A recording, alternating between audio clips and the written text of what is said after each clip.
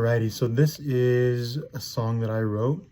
I wrote the words and the music, and although it's not the best recording in the entire world, it's kind of hard to hear the words, but I'll include the words so you can follow along and hear it better.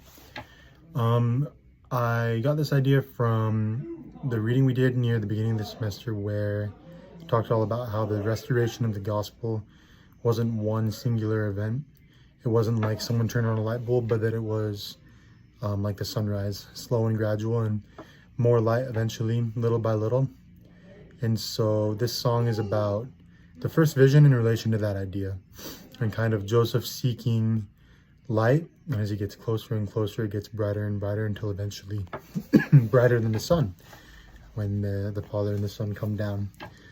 And I know that's true.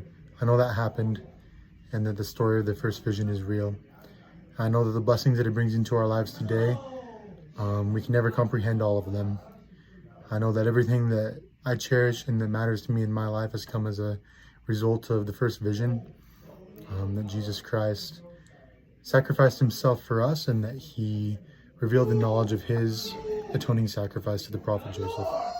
So I'm very grateful for the first vision and all the miracles that it has caused in these latter days.